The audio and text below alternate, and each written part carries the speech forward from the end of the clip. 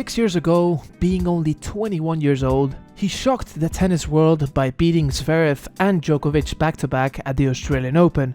A new star was born and his potential was immense. Well, 6 years later, he is unranked and playing futures events. So what exactly happened to Hyeon Chung? First, let's put everything into context and remember the incredible rise of this guy who took the whole tennis world by storm, and the hype that was created around him was unbelievable. So in 2014, at age 18, Chung had a massive rise in the rankings from world number 542 to world number 171, winning 3 futures events and 1 challenger. As you can see, quite a peculiar technique, but great racket head speed, amazing footwork and movement, and a game style that was very tough to crack. In 2015, he won 4 challenger events and rose from 171 to 54 in the ATP rankings, getting his first Grand Slam win at the US Open and taking the French Open champion Stan Wawrinka to 3 straight tiebreaks. Chung was given the Most Improved Player ATP award and at age 19 was already making his name heard. But it wasn't until 2017 where the madness would begin. At the Barcelona Open, Chung had a big win against Alexander Zverev, who back then was ranked world number 21, he was also 19 years old, and then would have to face Rafael Nadal, who came from winning in Monte Carlo in stunning form. This was the type of Rafa that would barely lose sets in the whole clay court season. But Chung in this match was able to go toe-to-toe with Rafa in the first set. He lost it by 7 games to 6 and then the second set by 6 games to 2. But the level that he showed in that first set was really promising. In fact, I remember Nadal saying that he was surprised in a post-match interview. But the biggest result of the year came in his last tournament, the Next Gen ATP Finals, the first edition of this tournament where the top 8 players in the world aged under 21 would battle for the trophy in a best-of-5 4-game format. It was quite an interesting idea by the ATP. Some might say that this format was a bit odd and it wouldn't generate interest, but the prize money in this tournament was huge, almost $400,000 for the champion. And look at the roster of players for the first year. Zverev didn't play the tournament as he actually played the ATP Finals the week prior, but Shapovalov, Coric, Medvedev, Rublev sounds like a strong roster to me, all very promising players at the time. Well, our friend Chung beat Shapovalov, Medvedev and Rublev en route to the title, showing some incredible level of tennis, and with this victory, his popularity went up the roof, becoming widely known as one of the biggest prospects in tennis. To put into context the next-gen champions of the years after, we're talking about Tsitsipas, Sinner and Alcaraz, so it's not a tournament that we should underlook at all. So, with a massive rise in popularity, his 2018 campaign started, and at the Australian Open came his biggest win by ranking. In the 3rd round, he beat world number 4 Alexander Zverev, bageling him in the 5th set, showing incredible level and some of the best defensive skills in the whole tour. He was really starting to get known for being incredibly tough to pass the ball by. His speed, flexibility and incredibly solid ground strokes made him almost a wall.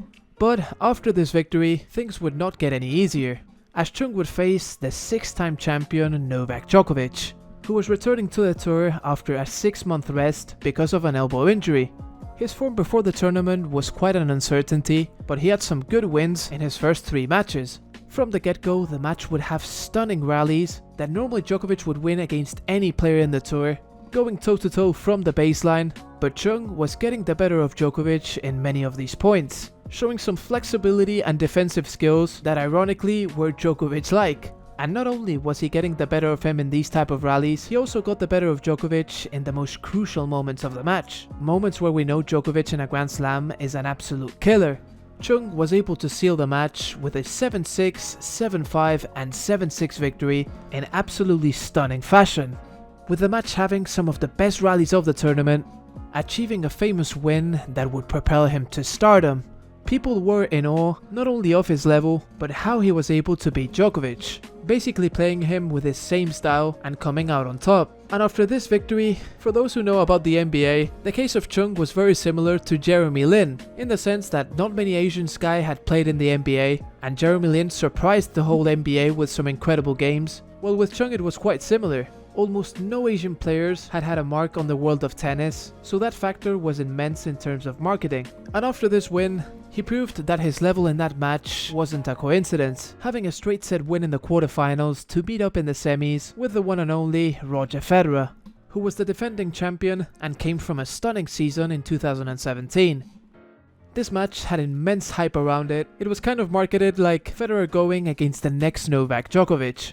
But unfortunately, the match had no story at all, and Chung retired in the second set because of a blister in his foot. A disappointing end to a magical run, a match with a lot of expectation, but Federer lost only 3 games before Chung's retirement. Nonetheless, a massive tournament for Chung, who was now ranked inside the top 30, and after showing such level, there was no doubt he had top 10 potential. The next 2 months came with some solid results that quickly made him climb inside the top 20. He had a rematch with Federer where he played better but still got outplayed by 7-5 and 6-1. Nonetheless, very solid results where he was only losing to top 10 players. However, in the clay season is where the nightmare would begin.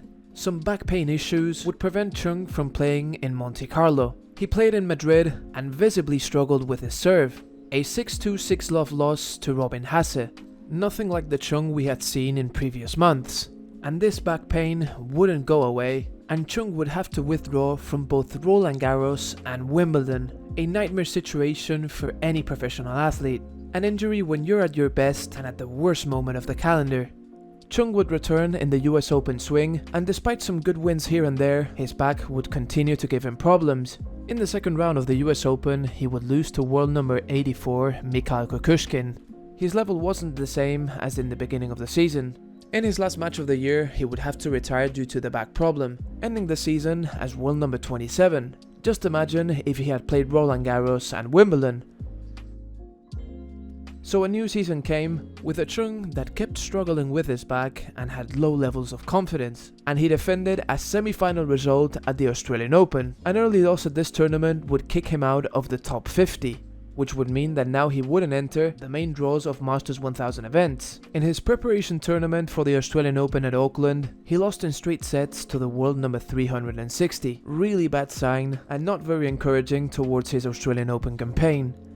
And indeed, he had an early loss in the second round, losing to the world number 55 Herbert. He then lost in the first round of Rotterdam, and seeing his continuous problems with his back, he decided to rest some months and try and come back fully recovered.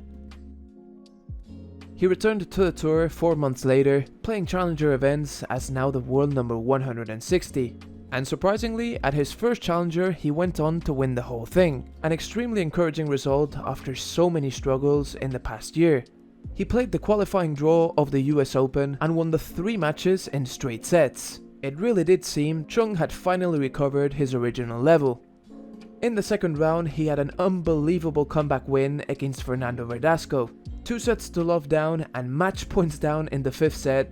He proved that he was an absolute warrior and gave the US Open crowd one of those victories that made them go crazy under the lights. His next match would be against Rafael Nadal, and after just having made his comeback to the tour and playing 5 matches that week, 2 of them going to 5 sets, you couldn't expect Chung to have many chances. And an informed Nadal would beat him in straight sets, finishing what would be a very encouraging tournament for Chung, who was now on his quest to get him back to the top 100 again.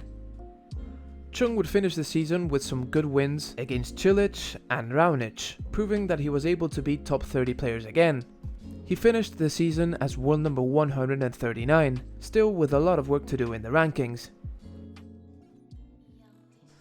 However, when everything seemed to be back on track, a new injury happened. This time, a right hand injury that made him pull out of the Australian Open. And it wasn't until March that we could see Chung competing back again. He lost his first match, and just a few days later, the whole world locked down, having the ATP Tour completely paralyzed for over 5 months, and the nightmare of being in and out of the tour was prolonged even further for Chung, who just didn't seem to catch a break.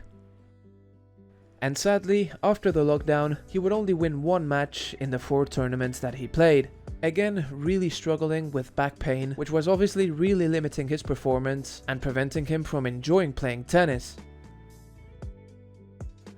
After these constant pain for the past 2 years, he decided to get surgery on his back, and supposedly the surgery was a success. However, after the surgery, we weren't getting many updates from Chung, who as time passed by, people doubted more and more if he would eventually try to make a comeback to the tour. Throughout 2021 and 2022, we had no idea if he was making progress or not. Finally, in September of 2022, we saw him playing again, but making his comeback in doubles at Seoul, an ATP 250 at home. He had 2 wins that tournament, but it wasn't until April of 2023 that we would see him playing singles again, this time making a comeback at the Challenger Tour. However, his level was never the same, and he only won 1 match in the whole year, playing his last match in the qualifying draw of Wimbledon. This September of 2024, we've seen him play 2 futures events in Japan, but obviously at this point, the expectations are not there anymore. He lost the first match he played in straight sets, and in the second tournament won a couple of matches, then losing in the quarterfinals. We don't really know the intentions of Chung behind this comeback. I don't think he expects to play without pain anymore. He's still 28 years old, a good age to make a comeback, but at this point, it's really difficult to think that he can make a comeback to the professional tour. Tennis-wise, he might have the quality, but his body just can't hold up to the intensity of the tour. Really sad story for a guy that was a potential Grand Slam champion.